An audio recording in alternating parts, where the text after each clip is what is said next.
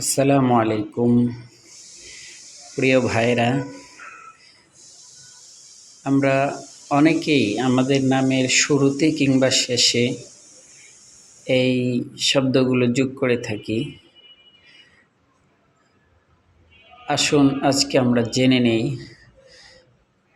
যে এই শব্দগুলোর মধ্যে কোনটি আসলে সঠিক।